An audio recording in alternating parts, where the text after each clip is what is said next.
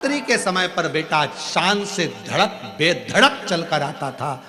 एक समय कोई प्रेत सामने से, कोई प्रेत पेड़ पर से लटकता हुआ दिखा। इस बालक को भय ना लगा। इसने हाथ जोड़कर प्रणाम कर कर कहा, तुम कौन हो? कौन हो?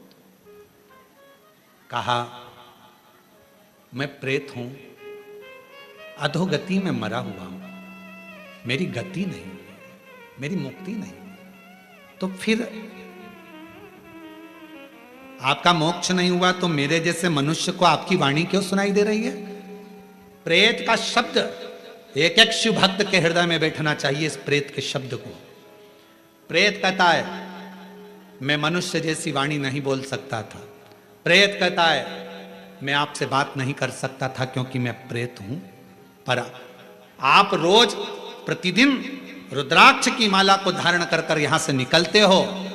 आपके जाने के बाद आपके चरण की जो रज है, धूल, वो उड़ती है, पेड़ों की पत्ती पर जाती है, वो हवा में मुझे मिलती है।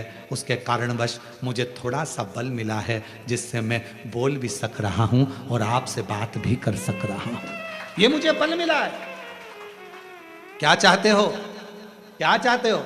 बस एक निवेदन है, कभी मौका मिले तो इस पथ से आपसे निवेदन है कि आप इस पथ से जाना बंद ना करिएगा।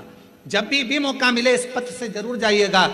उस शिवा पुत्र ने कह दिया, मैं जरूर जाऊंगा। निकलते रहे, निकलते रहे, निकलते रहे, निकलते रहे, निकलते रहे, उसी पथ से निकलते रहे। एक दिन वो प्रेत योनि से छूट गया, देव योनि में आ गया। कानों में कुंडल धले थे, सिर पर मुकुट पहना था, गले में हार पहना था, सुंदर पीतांबर पहना हुआ था और सुंदर हाथ में एक शस्त्र लिया हुआ था। हाथ जोड़कर खड़ा हो गया, आज मैं प्रेत योनि से मुक्त होकर देव योनि में आ गया। ये आपकी कृपा है। उस शिवा पुत्र ने कहा, मेरी कृपा कैसे? मैंने तो कुछ करा ही नहीं। बस आपके गले में पड़े हुए रुद्राक्ष को पहनकर आप जाते थे और आपके रज से मैं कृतार्थ होता चले गया, मेरा उद्धार होता चले गया। उस प्रेत ने जो कहा, कितनी सुंदर बात कही। अगर रुद्राक्ष पहनकर कोई संसार का मनुष्य किसी मार्ग से निकल कर जाता है तो ना जाने कितने कितने प्रेतों का और जीवों का कल्याण करते करते जाता है। सांसारिक मनुष्य की तो बात ही दूसरी है। और शंभु शरण मांगो दुख काटो दया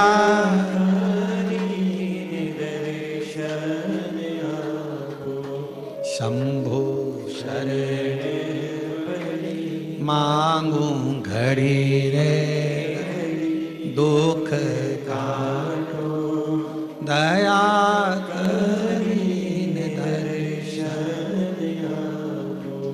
एक प्रेत की भी गति रुद्राक्ष धारण करने वाले जीव से हो जाती है। माताएं कहती हैं कि रुद्राक्ष पहनना चाहिए, क्यों नहीं? हम तुलसी की माला पहने कि रुद्राक्ष पहने? दोनों पहनो, कोई दोष तो नहीं लगेगा। कहां लिखा कि तुलसी पहनने वाले को रुद्राक्ष नहीं पहनना चाहिए, रुद्राक्ष पहनने वाले को तुलसी नहीं पहनना चाहिए? जब भगवान राम भगवान शंकर जी की आराधना करते हैं और शंकर जी भगवान राम की आराधना करते हैं तो दोनों के लिए समता है। किसी के लिए ना तुलसी से बैर ना रुद्राक्ष से बैर, दोनों धारण कर सकते। गले में एक रुद्राक्ष का मनका आपके जीवन में ना जाने कितनी व्याधियों से, कितने दुखों से तुमको निकाल देता है। कितने दुखों से। एक पत्र है, देखिए।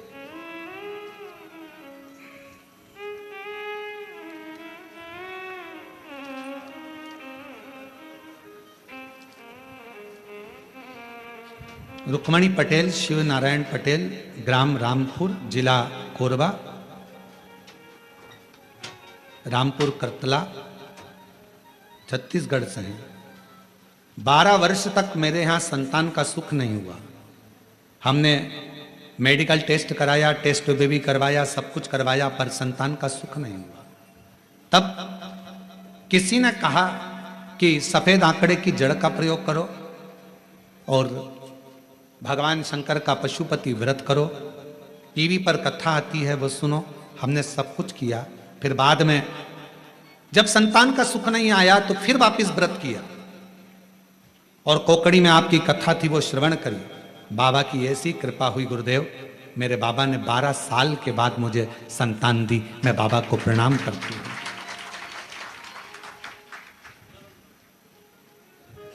एक पत्र और बड़ा सुंदर है।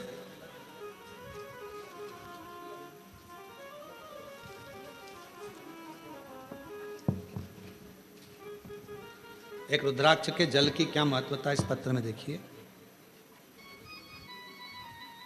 मेरा नाम श्रीमती रितु डिक्सेना, ग्राम हरदी बाजार में रहती हूँ। हरदी बाजार की पुत्रवधू हूँ। बाबा, शादी के 12 वर्ष के बाद 2023 में मेरे गर्भ में मुझे तकलीफ हुई। पहले डॉक्टरों को दिखाया तो बच्चेदानी में छाले बता दिए। फिर डॉक्टर को दिखाया तो गर्भाशय में बच्चेदानी में 7 गठाने हो गए। घबरा गए। डॉक्टर ने कहा ये गठानों की जांच होगी, मालूम पड़ेगा कि कौन सी बीमारी है। हम लोग घबरा गए। तब किसी ने कहा कि सीहोर जाकर अगर वहां का रुद्राक्ष लाया जाए, और सीहोर गए। वहां से आकर गुरुजी हमने पशुपति व्रत भी किया। रुद्राक्ष को पानी में गलाकर उसका जल पीना प्रारंभ करा। और फिर 29/5/2025 में हम बिलासपुर में फिर चेकअप कराने के लिए गए। बाबा ने ऐसी कृपा कर दी, कोई ऑपरेशन करने की जरूरत नहीं पड़ी। और बाबा की कृपा से मेरी पूरी रिपोर्टें नॉर्मल आ गई, जिन रिपोर्टों को मैं अपनी फाइल में भी लगाकर लाई हूं कि मेरी सारी रिपोर्ट बाबा ने नॉर्मल कर दी। शिव शिव है, शंकर शंकर है, शिव शिव है। एक रुद्राक्ष यदि गले में पड़ा हुआ है, एक रुद्राक्ष यदि हम उसका जल पी रहे हैं, एक रुद्राक्ष हमारे घर में हम रख रहे हैं, उसका जल पी रहे हैं, या हमारे गले में धारण कर कर रख रहे हैं, उसका फल आ जाए हमको मिलता जरूर है।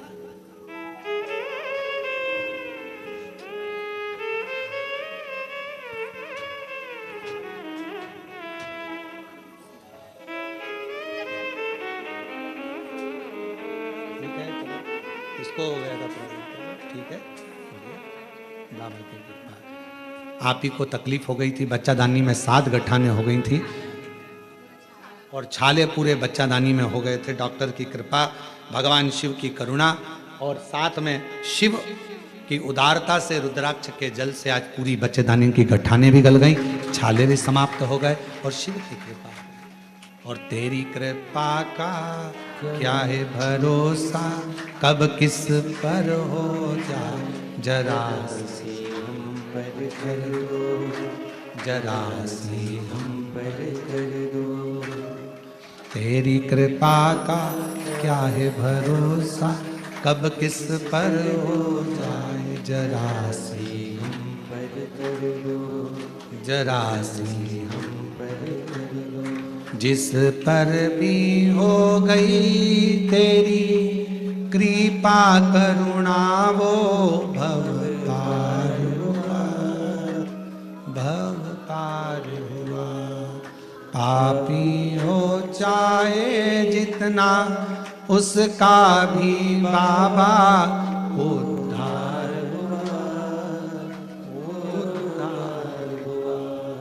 गिद्ध अजामिल गणिका जैसे तेरे मन को भा, जरा सी हम पर कर दो, जरा सी हम पर कर दो।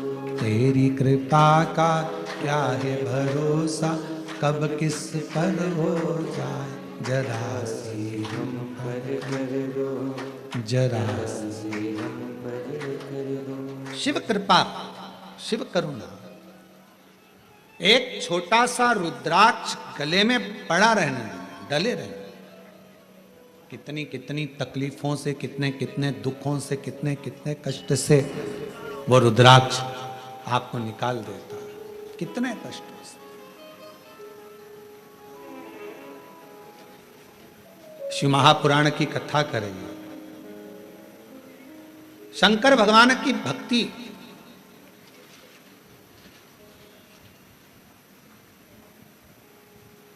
किसी का भला करने में और भगवान शंकर का भजन करने में धन मूल नहीं, मन मूल है। मन, आप कितना भजन करते हो, धन से भगवान कभी प्रसन्न नहीं हो सकता। धन से भगवान कभी प्रसन्न नहीं हो सकता, आडंबर से भगवान कभी प्रसन्न नहीं हो सकता। क्या था माता पार्वती जी के पास में? जिस समय मां पार्वती जी की अवस्था 6 वर्ष की हो गई और मां पार्वती जी अपना भवन छोड़कर वन में चली गई अपनी सहेलियों के साथ। एक गुफा में प्रवेश कर गई माता पार्वती जी। छोटी सी गुफा में रहकर माता पार्वती जी ने तप साधना प्रारंभ कर दी। क्या था पार्वती जी के पास में? ना मां पार्वती जी हिमालय राज की नगरी से ना पात्र लेकर गई थी, ना पूजन का कोई सामान लेकर गई थी।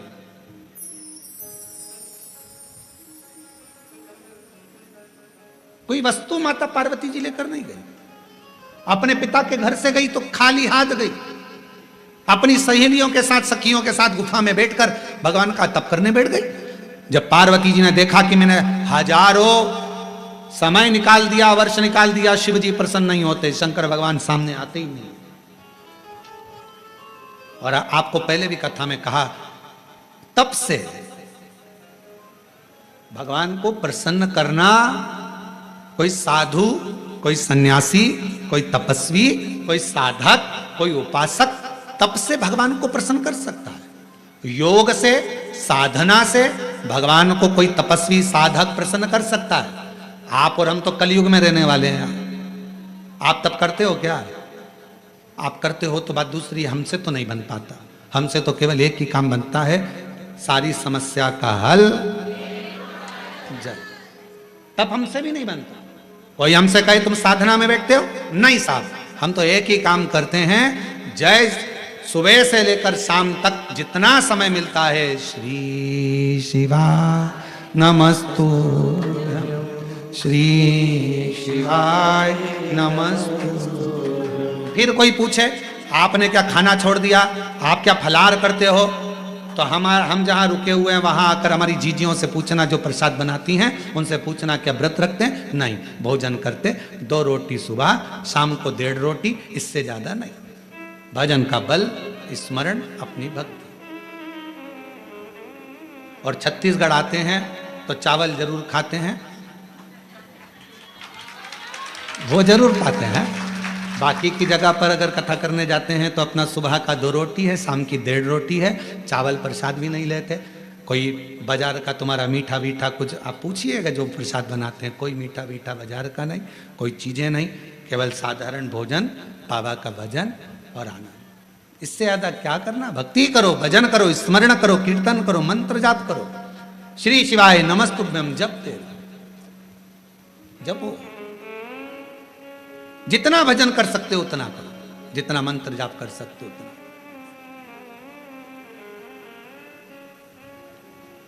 और हम तो शर्मा जी आपसे भी कहेंगे, हमारा जो प्रसाद बनता है उसमें थोड़ा प्रसाद कभी योग बन जाए तो पाना। शंकर जी की प्रसादी कभी योग बने तो जरूर लीजिए प्रसाद का भाव। और बनाने वाला भी कौन होता है?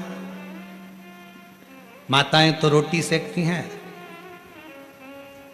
और हमारे पंडित जी सब्जी से बनाते हैं, या आशीष भैया सब्जी बना देते हैं। जो भाजी अपने बच्चे लोग बनावे, पा लिया आनंद। शिव तत्व की प्राप्ति हो, शिव तत्व।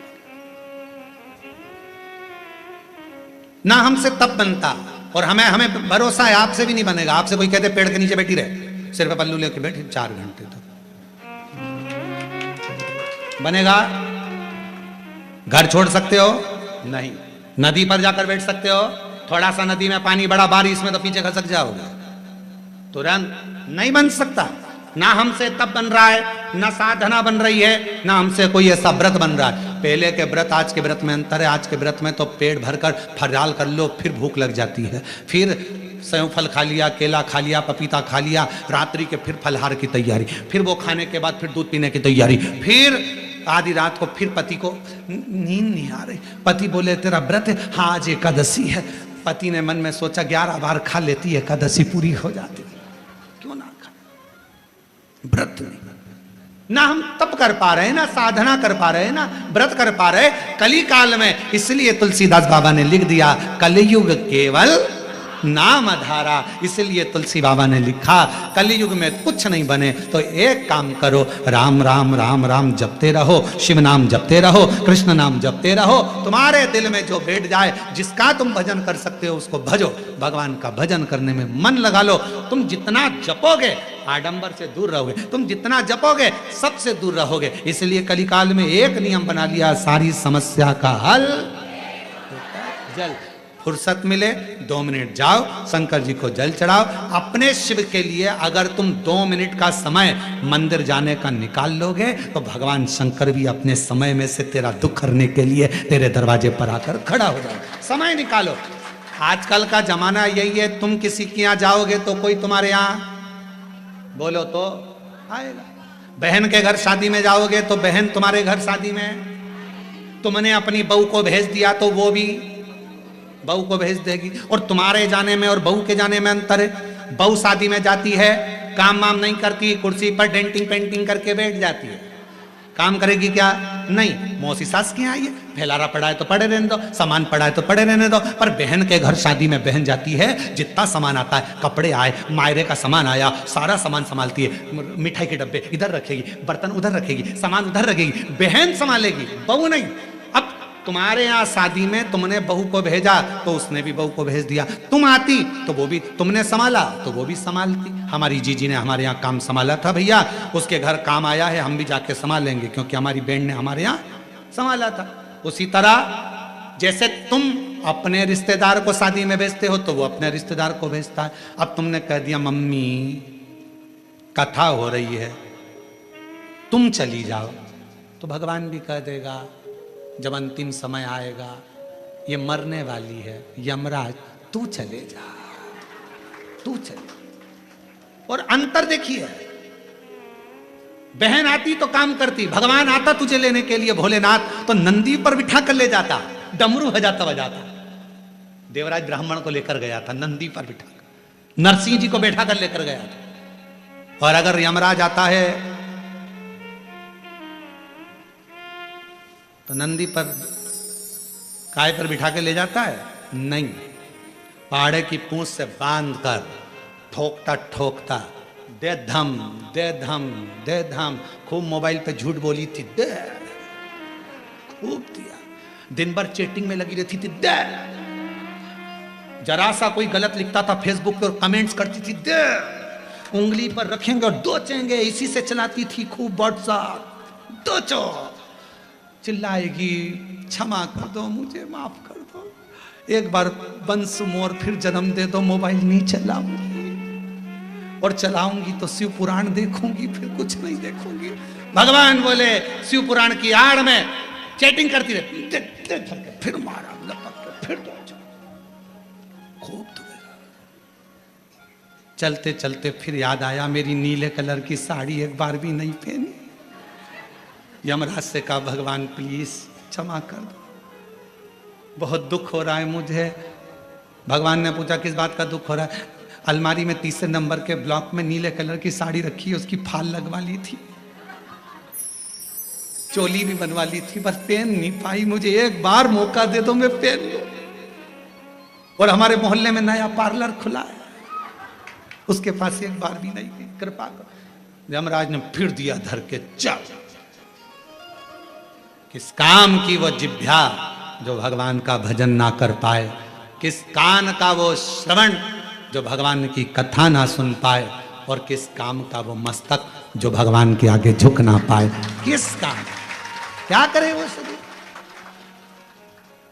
कृपा पीड़ा मुख से राम नहीं निकले, राम नहीं निकले रे श्याम नहीं निकले, वो कहीं जाने हरी भजना में, जीवन गवाए दियो सजना में।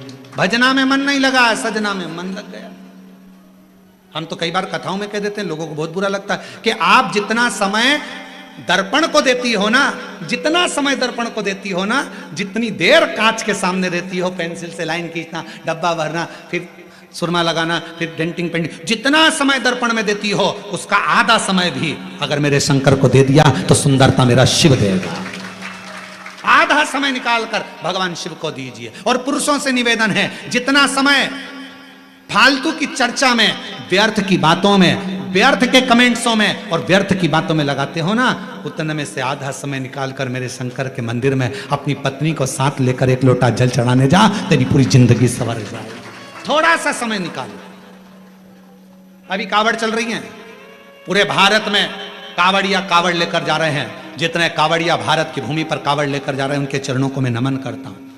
कोरबा की इस भूमि से मैं दंडवत प्रणाम करता हूं कि कावड़िया सनातन धर्म को जागृत कर रहे हैं। एक कावड़िया 50 व्यक्ति को जागृत करता है, सनातन धर्म को मजबूत करता है। मैं उनको प्रणाम करता हूं। जो नवयुवक बेटा बेटी, नवयुवक बेटा बेटी, माताएं, बुजुर्ग सब अपने अपने भाव से भगवान की कावड़ लेकर जा रहे हैं। और जो कावड़ियाओं की सेवा में लगे हैं, कावड़ियाओं की सेवा में जितनी बड़ी बड़ी संस्थाएं सेवा में लगी हुई है, आप कभी बाबा धाम जाकर देखो। गए हो आप लोग बैद्यनाथ जी? बाबा धाम बैद्यनाथ गए? कावड़ भर के आए हो पहले कभी? आप लोगों ने देखा होगा, बाबा बैद्यनाथ जी के यहाँ सुल्तानगंज से कावड़ भरकर बाबा की जो कावड़ बैद्यनाथ जी पर जाती है, बाबा धाम जाती है बैद्यनाथ जी के यहाँ, पूरे रास्ते में लोग बड़े बड़े लंगर, बड़े बड़े टेंट दूसरी दूसरी जगह से आकर, खूब शहर के वासी, पूरी बिहार के लोग, पूरा उत्तर प्रदेश का लोग, वहां पर पूरा झारखंड का लोग पूरी तैयारी रखते हैं और बड़े बड़े कैंप लगाकर सबकी सेवा करते हैं। उनको धन्यवाद देता हूं, उनको प्रणाम करता हूं। साधुता। आप जाओ हरिद्वार, आप जाओ उत्तर प्रदेश, काशी, बड़े बड़े संस्थाएं, बड़े बड़े सेवादार, बड़े बड़े अपने आनंद में। आप सियोर जाकर देखिए, सियोर में भी बहुत संस्थाओं ने अपनी अपनी सेवाओं के क्रम चालू रखे हैं। करा रहे लोगों का मुख झूठा, किसी को पानी पिलाना, किसी को चाय पिलाना, किसी को नाश्ता कराना, अपने आनंद के साथ कर रहे हैं, भगवान की भक्ति के साथ। देखो, और कुछ लोग संसार में ऐसे भी पैदा हुए हैं जो कावड़ भरने के लिए जा रहे हैं तो क्यों जा रहे हैं, क्यों टाइम बर्बाद कर रहे हो, क्यों कर रहे हो, क्यों लंगर चला रहे हो, क्यों भंडारा कर रहे हो, उसमें भी तकलीफ उनको हो रही। क्यों? क्योंकि ये सनातन धर्म को कभी मजबूत होता नहीं देख सकते, कभी। इन्होंने जिंदगी भर केवल एक ही कसम खाई है कि हम सनातन को नीचे ले जाएंगे, ऊंचा नहीं। सनातन को ऊंचा ले जाने का प्रयास करो। इस भारत की भूमि को फिर विश्व गुरु बनाने का प्रयास करो। इस भारत की भूमि को फिर श्रेष्ठ बनाने का प्रयास, अग्रता रखिए। साधुता है। और भारत की भूमि पर ऐसे ऐसे मुख्यमंत्री हुए हैं जो कावड़ियाओं पे फूल की वर्षा कर रहे हैं। साधुता है इनको, बहुत बहुत साधुता। शिव तत्व को पहचान। भगवान को पाने के लिए धन की जरूरत नहीं, मन की जरूरत है, संपदा की जरूरत नहीं है। आपका मन जितना प्रबल होगा, शिव उतना ही जल्दी। मेरे शंकर भगवान को राजी करने के लिए मां जगत जननी जगदम्बा एक गुफा के अंदर प्रवेश कर गई। माता के पास में कुछ भी नहीं, पिता के पास से कुछ भी लेकर नहीं, कुछ भी नहीं, कोई वस्तु नहीं, कोई सामग्री नहीं, खा लिया। संसार की रीत है, मुट्ठी बांधे आया जग में। बोलते जाओ, आप लोगों को मालूम होगा। मुट्ठी बांधे आया जग में, लोग कहते हैं हाथ पसारे जाएगा। क्या तू लेकर आया जग में, क्या तू लेकर जाएगा। परशु महापुराण की कथा कहती है, मुट्ठी बांधे आया जग में, हाथ पसारे जाएगा, पर क्या लेकर आया इसका तो नहीं मालूम। पर इतना जरूर है, जो पुण्य तूने करा, जो सत्कर्म तूने करा, जो तूने भूखे को भोजन, प्यासे को पानी पिलाया, वो तेरे साथ जरूर जाएगा। तेरा सत्कर्म तेरे साथ जरूर जाएगा। तेरा सत्कर्म बंद है, बंद है दोनों। तेरा सत्कर्म तेरे साथ जाएगा, तो अच्छा कर्म कर।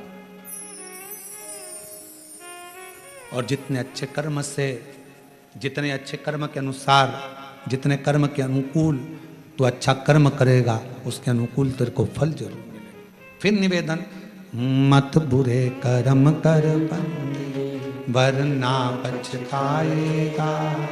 भगवान की आंखों से तू बच नहीं पाएगा, तू बच नहीं पाएगा। अरे ओ अज्ञानी, मत कर नादानी, अरे ओ अज्ञानी मत कर नादानी, तेरे कर्म का फल भी तू ही पाएगा, जैसा किया तूने तेरे आगे आएगा।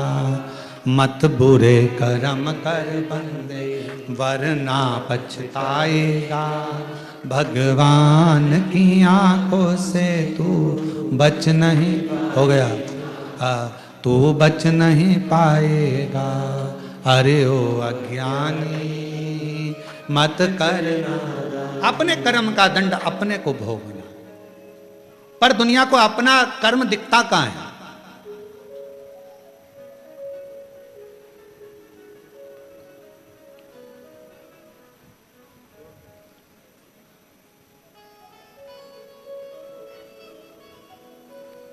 एक स्मरण में नहीं आ रहा है शिवलिंग का,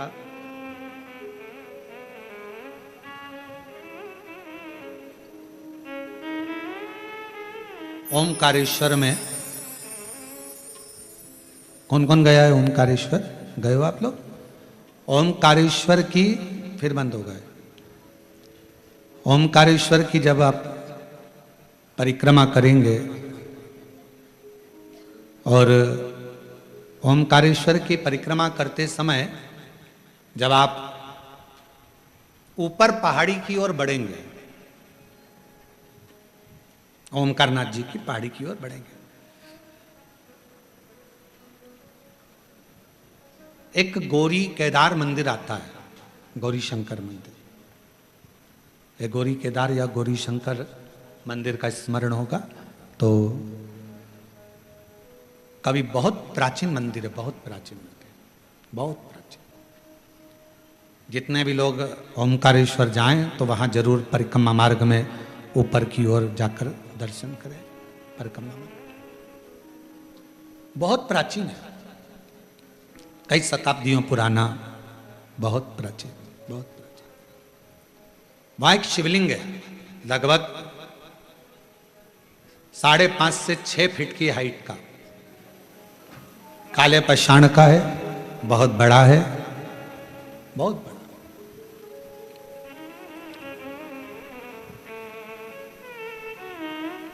जब मुगलों का राज्य हुआ, उस मंदिर में शंकर भगवान के शिवलिंग में एक बड़ा सा दर्पण लगा हुआ था, एक हीरा लगा हुआ था, एक बड़ा सुंदर दर्पण, बड़ा सुंदर हीरा लगा हुआ, हीरे से परिपूर्ण था शिवलिंग। उस दर्पण का काम क्या था?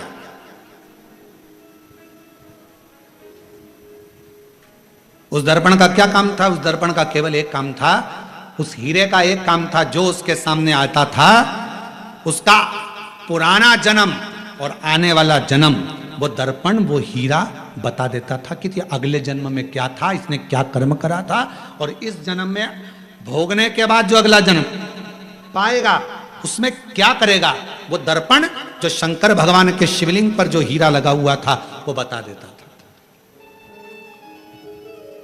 अब उस समय पर जिन मुगलों का राज्य था वो उस मंदिर में गए और उस मंदिर में जाकर उन्होंने जैसे ही उस राजा को मालूम पड़ा, नवाब को मालूम पड़ा, उसने कहा जरा जाकर देखता हूं, देखूं जरा।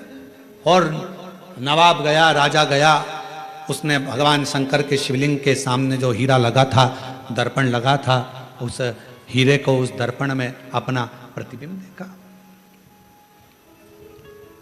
उस दर्पण में, उस हीरे में उसने अपना प्रतिबिंब देखा। जो उसने प्रतिबिंब देखा, प्रतिबिंब देखते ही उसने देखा मेरा पूर्व का जन्म इतना बुरा था और आने वाला जन्म मेरा उससे भी ज्यादा बुरा होगा। गुस्सा आ गया उसको, पूरा मंदिर तहस नहस करवा दिया, आसपास का पूरा मंदिर तोड़वा दिया, हीरा जड़त, दर्पण, हीरा सब जो लगा था सब तोड़ तुड़ा कर लेकर चला गया। सब टूट गया, सब नष्ट कर दिया। शिव महापुराण की कथा कर रही है, भगवान शंकर का चरित्र कर रहा है, शिव तत्व कह रहा है। अगर वो राजा चाहता तो शिव महापुराण की कथा में लिखा है दुनिया के सामने आप कैसे भी रह लो, पर तुम्हारे कर्म का दंड तो तुमको भोगना पड़ेगा। पर यदि अगर शंकर भगवान को एक लोटा जल आप समर्पित कर रहे हो, तो तुम्हारा पहला क्या निकला, बाद में क्या होना है, वो महादेव के हाथ में चला जाएगा और महादेव तुम्हें कष्ट नहीं देगा, महादेव तुम्हें तकलीफ नहीं देगा, दुख नहीं देगा, कष्ट नहीं देगा। फिर वही लाइन आ गई स्मरण में कि मत बुरे कर्म कर बंदे वरना पछताएगा, भगवान की आंखों से तू बच नहीं पाएगा, तू बच नहीं पाएगा। अरे ओ अज्ञानी मत कर नादानी, अरे ओ अज्ञानी मत कर नादानी, तेरे कर्म का फल भी तू ही पाएगा, जैसा किया तूने तेरे आगे आएगा। मत बुरे कर्म कर बंदे वरना पछताएगा, भगवान की आंखों से तू बच नहीं पाएगा, तू बच नहीं पाएगा। शिव महापुराण की कथा कर रही है, भगवान शंकर का चरित्र कर रहा है। कोई दिखावा, कोई धन, कोई दौलत पार्वती जी लेकर नहीं गई। तप करने के लिए मां पार्वती जी बैठी, तब से शिव प्रकट नहीं हुए। साधना करने पार्वती जी बैठी, प्रकट नहीं हुए। सारा व्रत, सारा उपास, सारी साधना, सारा तप पार्वती जी ने कर लिया, शिव प्रकट नहीं हुए। तब सखी ने कहा, तब सखी बोली, सहेली ने कहा, पार्वती मैंने सुना है शंकर भगवान एक लोटे जल से प्रसन्न हो जाते हैं। मैंने सुना है शिवजी एक बूंद जल चढ़ जाए शिव प्रसन्न हो जाते हैं। थोड़ा सा जल चढ़ा, शंकर कृपा करे। और फिर निवेदन करूं सभी श्रोताओं से, सावन के महीने में कथा सुनने वाले सभी श्रोता भाई बहनों से फिर निवेदन करूं, भगवान शंकर की कथा, शिव महापुराण की चरित्र कथा वर्णन कर रही है। कुछ ना बने तो शंकर के मंदिर में केवल कुछ भी ना हो तो केवल घर से एक लोटा जल भरकर जाना, शिव के मंदिर में प्रारंभ कर दो। मेरा देव अधिदेव महादेव करुणा करना प्रारंभ कर देगा, शंकर करुणा करना प्रारंभ कर देगा। जल सारी समस्या का हल हर हर बोल बम का नारा है, सारी समस्या का हल श्री शिवाय। केवल जल चढ़ाना प्रारंभ, और कुछ भी। शिव स्वीकार करेगा, भगवान शंकर स्वीकार।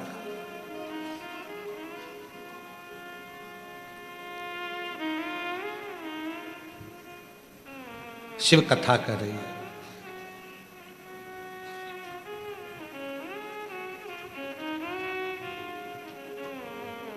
एक गुरु में और एक शिव में एक बहुत बड़ा अंतर होता है।